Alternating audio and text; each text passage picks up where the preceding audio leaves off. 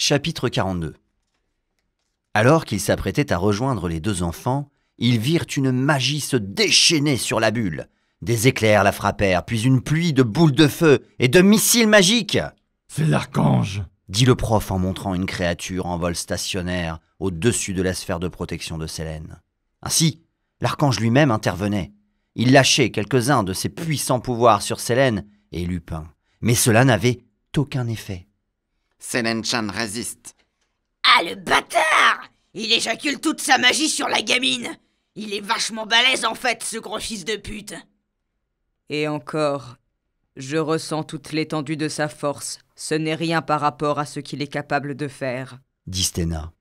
Ces assauts durèrent plusieurs minutes ainsi. Avec ma vue perçante, je le vois déconfit. Il y a sur son visage une surprise qui grandit, à mesure que Sélène résiste à sa magie. Il se rapproche d'elle et change de stratégie. Et effectivement, l'assaut magique de l'archange redoubla d'intensité. À l'abri, au centre de sa bulle qui la préservait également des bruits, Sélène berçait Lupin. Elle ne s'était rendue compte de rien de ce qui se passait au dehors. Incrédule, le prof s'exclama. « Elle continue de résister inconsciemment à la magie de l'archange !»« Pas étonnant avec de tels cheveux, » répondit Stena. « Je t'avais dit dès la première rencontre qu'elle était hors norme. Mais nous devons l'aider. Aussi puissante soit-elle, elle n'est encore qu'une enfant. Elle n'a aucune maîtrise de son talent et l'archange augmente progressivement l'intensité de son assaut magique. En même temps qu'il attaque, je ressens la concentration de sa magie. » Au centre de la sphère bleutée, le calme régnait. Sélène ne s'était toujours pas rendu compte de l'assaut dont elle était l'objet. Elle berçait doucement la truite-garou, mal en point, qui ne frétillait plus. Avec ses yeux de dragon, Anorine confirma aux autres que Lupin respirait toujours. La truite-garou semblait paisible au contact de Sélène. Mais Stena-sama, que pouvons-nous faire contre l'archange? Probablement rien. Mais nous pouvons sans doute le distraire et donner le temps à Sélène de fuir. Le prof réfléchissait à une stratégie sans en distinguer aucune. Mais alors qu'ils s'apprêtaient à passer malgré tout à l'action, ils furent stoppés dans leur élan par le spectacle magique qui était en train de monter en puissance. Les assauts de l'archange s'intensifiaient encore. Ses mains s'agitaient en tous sens. Sa bouche débitait un flot de formules innombrables. Son visage était crispé de colère. Il faisait maintenant léviter des arbres déracinés alentour qu'il propulsait avec violence sur la bulle de protection. Dans le même temps, c'étaient des dizaines de projectiles magiques différents qui ciblaient Sélène chaque seconde. Mais tous n'émanaient pas de lui. Il en venait de toutes parts, attaquant la bulle de tous côtés. Tandis que sa main gauche continuait de danser, il se saisit de son épée qu'il abattit avec férocité sur l'hémisphère lumineux. La lame grandit démesurément, jusqu'à atteindre plusieurs dizaines de mètres de long pour plusieurs de large. Elle tomba de nouveau, avec une violence inouïe, mais rebondit sur le globe arc-en-ciel. L'archange augmenta le nombre de coups, ce qui n'eut aucun effet.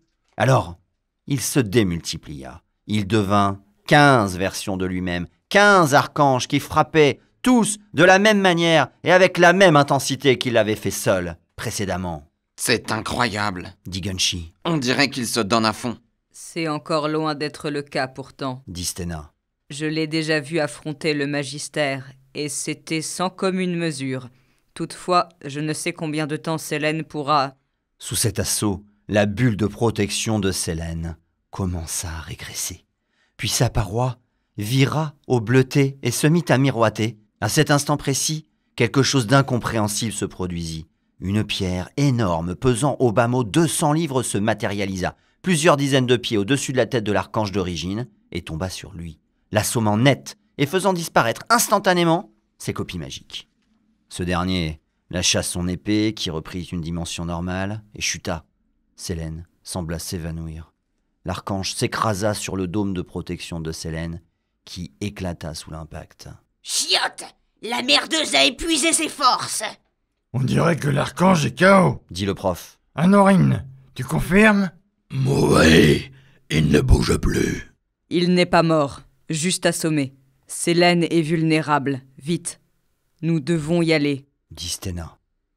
« Ouais, de mon côté, je vais vous apprendre la botte secrète d'un vieil art martial technome.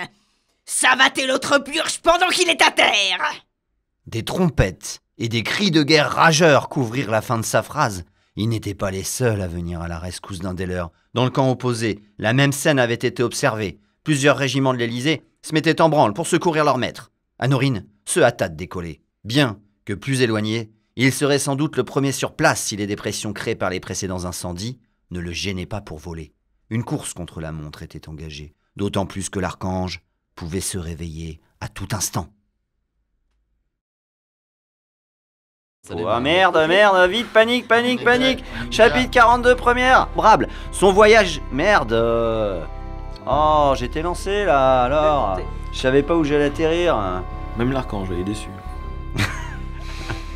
Il fallait maintenant l'éviter des arts. Merde. Oh, deuxième fois, putain. Il est toujours déçu, l'archange? C'est ma magie, bordel. Il en venait de toutes parts. Non, c'est nul ça. Alors, Il en venait de toutes parts. C'était une petite coquetterie langagière.